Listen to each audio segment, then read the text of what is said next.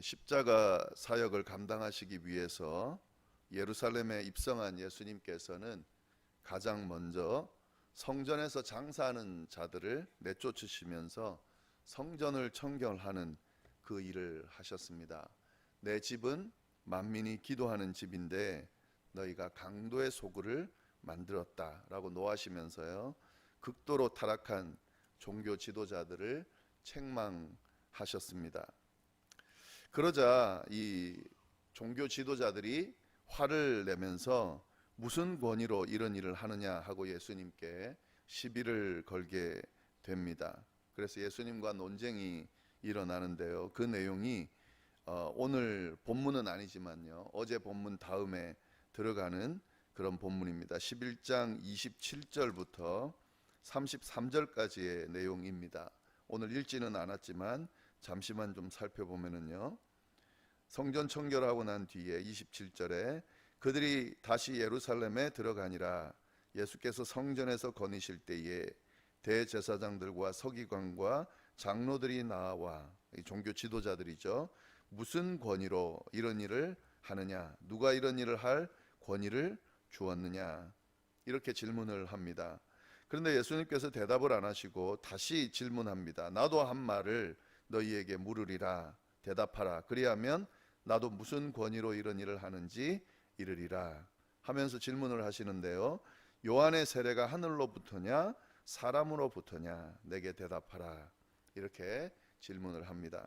근데 이 종교 지도자들이 31절 보시면 그들이 서로 의논하여 이르되 만일 하늘로부터라 하면 어찌하여 그를 믿지 아니하였느냐 할 것이니, 그러면 사람으로부터라 할까 하였으나 모든 사람이 요한을 참 선지자로 여김으로 그들이 백성을 두려워하는지라. 그러니까 대답할 수가 없는 거죠. 예수님의 이 질문에 이 종교 지도자들이 대답할 수가 없게 됐습니다.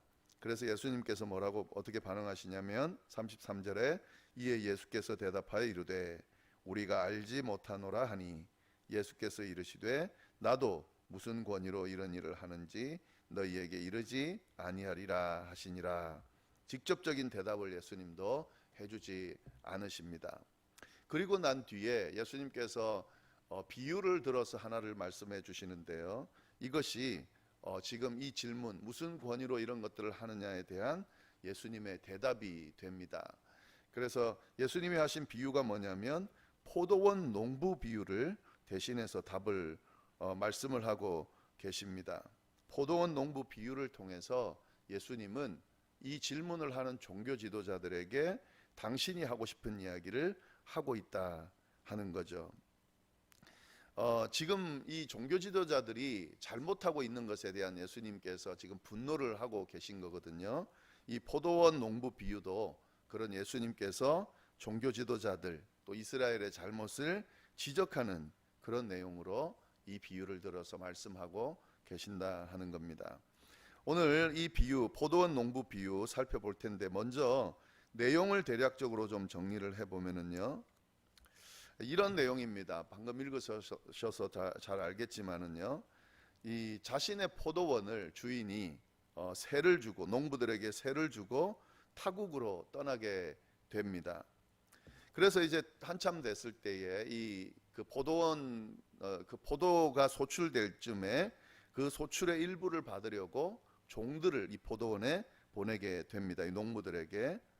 그런데 당연히 이 그 주인으로부터 소출을 이 주인에게 돌려줘야 하는데 이 농부들이 주지를 않고 그 보낸 종들을 도리어 매를 대서 보낸다는 거죠. 그리고 심지어는 죽이기까지 하더라 하는 겁니다. 여러 번 보냈는데도 여러 번 그렇게 반응을 하는 겁니다. 그래서 이 주인이 마지막으로 자신의 아들을 보내면 설마 죽이겠나 하고는 아들을 보냈습니다. 그래서 아들은 분명히 존대할 거다라고 보냈는데 이 농부들이 도리어 이 아들을 죽이면 상속자이기 때문에 이 아들을 죽이면 이 포도원을 우리가 소유할 수 있을 거다라고 생각하고 그 아들을 죽여서 그의 유산을 우리의 것으로 만들자 해서 그 아들을 죽인다 하는 그런 비유를 말씀하고 있는 겁니다. 이 농부들의 헛된 욕심으로 인해서 아들까지 죽이게 되는 그런 이야기가 바로 포도원 농부의 비유입니다. 지금 이 비유를 보시면은요, 예수님께서 이 비유를 들어서 종교 지도자들에게 지금 이야기하고 있는 건데, 포도원 주인은 하나님입니다. 그리고 이 포도원은 이스라엘이라고 보시면 되고요. 그리고 이 포도원 농부는 이스라엘을 맡은 종교 지도자들로 보면 됩니다. 그리고 아들은 예수님이죠. 이 내용을 잘 살펴보시면은 지금 몇 가지 문제가 있습니다. 이 문제점을 지금 예수님께서 이야기하시면서 하고자 하는 말씀을 하시는데요.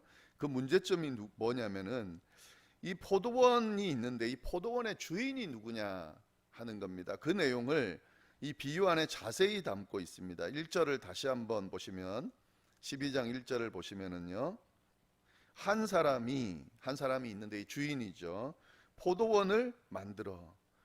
이 포도원을 만든 사람입니다. 이 한 사람은 포도원을 이 주인이 만들었습니다. 지금 정확하게 표현하고 있습니다. 근데 만들 때에 산 울타리를 두르고 즙 짜는 틀을 만들고 망대를 지어서, 이거 지금 포도원을 만드는데 이 한 사람이 다 한 거예요. 여기에 농부들이 개입했다는 내용이 없습니다. 주인이 다 만들어서 이 만든 것을 농부들에게 새로 주었다. 여기에 새로 줬다는 말이 중요합니다. 그냥 농부들에게 건넨 게 아니라 새를 내준 겁니다. 새를 내줬다는 것은 주인과 새든 사람이 분명하다는 것을 의미하는 거죠. 주인이 포도원을 직접 만들어서 농부들에게 새로 내주고 타국에 갔다 하는 거죠. 2절 말씀 보시면 때가 이르렀다는 건 이제 포도원 소출이 나올 때죠. 농부들에게 포도원 소출 얼마를 받으려고 한 종을 보냈다. 지금 여기서 중요한 것은요, 포도원 소출을 받으려고, 이 말을 농부들이 지은 이 포도원의 그 열매들, 포도들, 이거를 다 받으려고, 이게 아니라 얼마를 받으려고 그랬습니다. 그러니까 세를 내줬기 때문에 세를 내준 값을 받겠다는 거죠. 얼마를 다 뺏어가겠다는 것이 아니라요.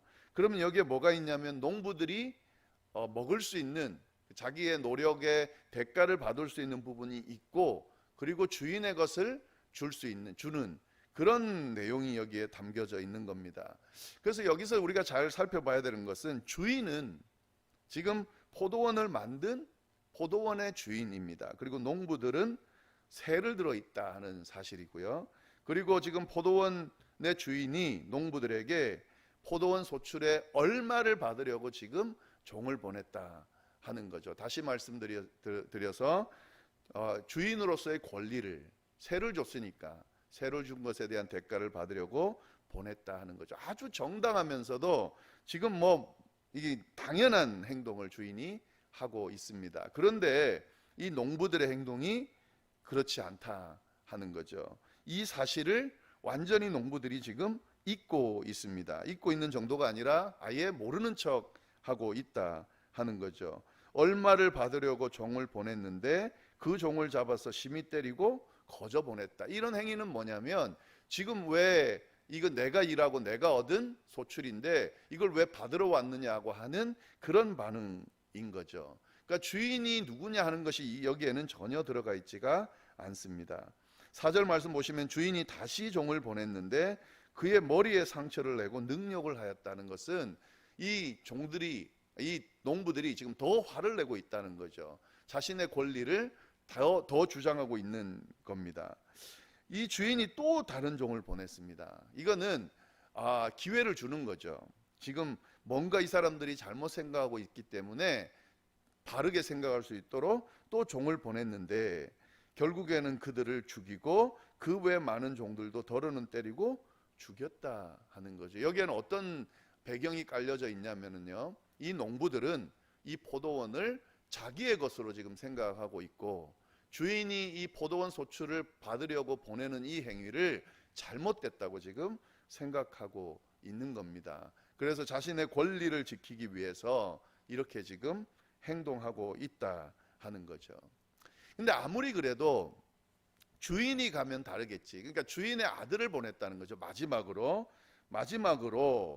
최후로 이를 보냈다 이렇게 돼 있거든요. 6절에 보면은. 그건 뭐냐면 주인의 입장에서는 이 아들을 보냈다는 건 주인이 가는 것과 똑같습니다. 그러니까 아들을 보냈기 때문에 종으로 생각하는 게 아니잖아요. 그래서 아들을 직접 보냈다는 건 주인이 직접 가면 그러면 다르겠지 하고 보냈습니다. 그런데 이 농부들이 의논하기를, 여기 이제 왜 죽였는지에 대한 설명이 나오는 거죠. 7절 말씀 보시면 농부들이 서로 말하되 상속자니 죽이자.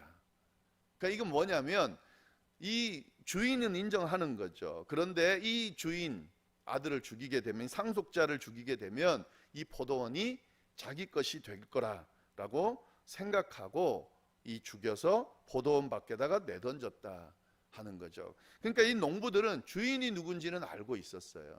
그런데 지금 이 주인이 누군지는 알고 있지만 이 포도원을 차지하겠다라고 하는 욕심 때문에 이 주인이 누구인지는 상관이 없게 된 겁니다. 그리고 심지어는 주인까지 죽여서 이 포도원을 탈취하겠다 하는 그런 모습을 보이고 있다 하는 거죠. 지금 이 비유를 예수님이 말씀하시면서 이 이야기를 지금 누구에게 들려주고 있냐면 종교 지도자들에게 들려주고 있습니다. 이건 뭐냐면 이스라엘 지도자들을 책망하고 있는 거죠. 이스라엘의 주인은 하나님입니다. 하나님께서 이스라엘을 세우시고 그 이스라엘에게 복을 주셔서 하나님의 백성으로 선택해 주셨다 하는 거죠. 그리고 이 이스라엘 백성들을 돌보라고 하나님께서 종교 지도자들에게 맡겨 주셨습니다. 그런데 이 종교 지도자들이 하나님의 백성을 맡았다라고 하는 사실, 하나님이 주인이라고 하는 사실, 하나님이 이스라엘 전체 종교 지도자들조차도 하나님께 속해 있다는 사실을 잊어버리는 게 아니라 알고 있음에도 불구하고 이들의 욕심으로 인해서 이 사실을 인정하지 않고 착취하고 자기의 욕심을 위해서 이 이스라엘 백성들을 이용하고 종교를 이용하고 심지어는 하나님께서 가르쳐 주신 율법까지도 이용하면서 그렇게 타락된 모습을 보이고 있다라고 하는 것을 지적하면서 지금 예수님께서 질문하고 계신 겁니다. 그러면서 9절에 뭐라고 그러냐면요, 포도원 주인이 어떻게 하겠느냐 질문을 하는 거예요. 이런 상황에서 포도원 주인이 어떻게 하겠느냐, 이런 농부들을 어떻게 하겠느냐라고 하면서 결론으로 와서 그 농부들을 진멸하고 포도원을 다른 사람들에게 넘겨주리라. 지금 이 사실을 종교 지도자들에게 이 사실을 알려주면서 책망하면서 이에 대해서는 하나님께서, 주인이신 하나님께서 심판하실 거다. 이 농부들을 진멸할 거다. 이 종교 지도자들을 다 진멸할 거다. 그리고 이 이스라엘을 다른 사람, 만민에게 넘겨줄 거다라고 지금 경고하고 있는 겁니다. 그래서 이게 선민이라고 하는 이스라엘이 아니라 이방인들에게 이 복음이 전거되도록 넘겨줄 거다라고 하는 말씀을 하고 있는 겁니다. 그러면서 성경 말씀 하나를 인용하는데요, 10절 말씀에 시편 118편 22절 말씀입니다. 이 지금 10절에 나와 있는 인용된 말씀이 건축자들이 버린 돌이 모퉁이의 머릿돌이 되었나니 이것은 주로 말미암아 된 것이요 우리 눈에 놀랍도다 함을 읽어보지 아니하였느냐 하시니라. 너희는 이 시편 118편 22절을 읽어보지 않았느냐? 건축자가 버린 돌이 모퉁이의 머릿돌이 될 거다. 너희가 버린 이스라엘의 메시아로 오신 분을 버려서 마치 건축자가 버린 돌처럼 취급하겠지만 하나님께서는 그를 모퉁이의 머릿돌로 삼으셔서 구원을 이루실 것이다. 이 예수님의 십자가 사역에 대해서 이제 말씀을 해 주시는 거죠. 이 이야기를 쭉 들으면서 이 종교 지도자들이 이 12절 말씀 보시면 그 내용이 나옵니다. 그들이 예수의 이 비유가 자기들을 가르쳐 말씀하심인 줄 알고 잡고자 하되 무리를 두려워하여 예수를 두고 가니라. 참 안타까운 지금 이 장면인데요, 이 예수님께서 하신 이 책망은 마치 주인의 아들이 이 포도원은 내 거야, 너희는 농부야, 새를 들고 있는 거야 라고 말씀할 때에, 이야기할 때에 그 말을 받아들이고 깨닫고 회개하고, 아 그렇군요 하고 주인에게 포도원을 내드려야 되는데, 그 아들을 도리어 잡아 죽이면서, 도리어 이 아들 잡아 죽여서 이 유산을 내 것으로 만들자고 반응하는 이 적반하장의 모습을 이 종교 지도자들도 지금 보이고 있다 하는 거죠. 너무 안타까운 일이죠. 도리어 이 자기를 지적하고, 이 지적하는 내용이 자기를 비난하고 자기에게 심판이 있을 거다라고 이야기를 하는 줄을 알고 도리어 예수님을 잡아서 죽이려고 하는 그런 모습으로 반응을 보이고 있다 하는 거죠. 물론 지금은 무리들 때문에 이 종려주일, 그 종려 저기처럼 예루살렘 입성할 때 무리들이 호산나 호산나 하면서 하나님, 예수님께 집중하면서 지금 굉장히 분위기가 예수님께 집중한 상태거든요. 그러니까 예수님을 잡을 수가 없는 상태니까 그냥 두고 갔는데, 이들의 마음은 예수님을 잡아 죽이려는 마음으로 지금 예수님을 대하고 있다 하는 거죠. 그래서 지금 결국에는 이 사람들이 예수님을 죽입니다. 그러나 하나님께서는 이 예수님을 버린 돌로, 건축가가 버린 돌로 그냥 두지 않으시고 그 모퉁이의 머릿돌로 다시 세우시는, 그런 부활하셔서 죽음을 이기시고 다시 승천하셔서 하나님 우편에서 함께 영광을 누리는 그런, 그리고 구원의 구원의 구원자로, 그러니까 메시아로 그렇게 세우는 그런 결과를 보여주고 계십니다. 그런 내용을 지금 쭉 이야기하고 있는데요. 오늘 말씀을 통해서 저희가 깨달아야 될 사실 두 가지가 있는데, 이 청지기 정신이 참 중요하다는 사실을 저희가 지금 오늘 말씀을 통해서 깨달을 수 있습니다. 하나님께서 맡겨주신 것들 있습니다. 우리가 노력해서 얻은 거나 우리가 우리 거다라고 그렇게 소유권을 이야기할 수 없는, 주장할 수 없는 것들이 있는데, 마치 이것들이 내 것인 것처럼, 내가 움켜쥐고 내 것인 것처럼 그렇게 하는 것들이 있다 하는 거죠. 우리의 인생도 마찬가지고, 인생을 살아가면서 우리가 누리는 것들, 얻게 된 것들, 사실 잘 들여다보면 우리가 노력해서 얻은 것이 아니거든요.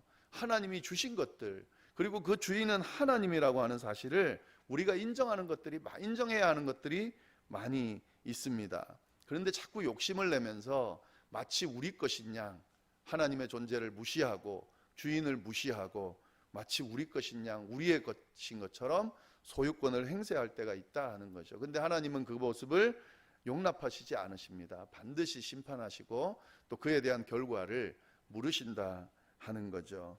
우리에게 맡겨진 것은 맡겨진 대로 주인이 누군지를 잘 생각하면서 맡겨진 만큼 그렇게 성실히 청지기로서의 역할을 다하는 거죠.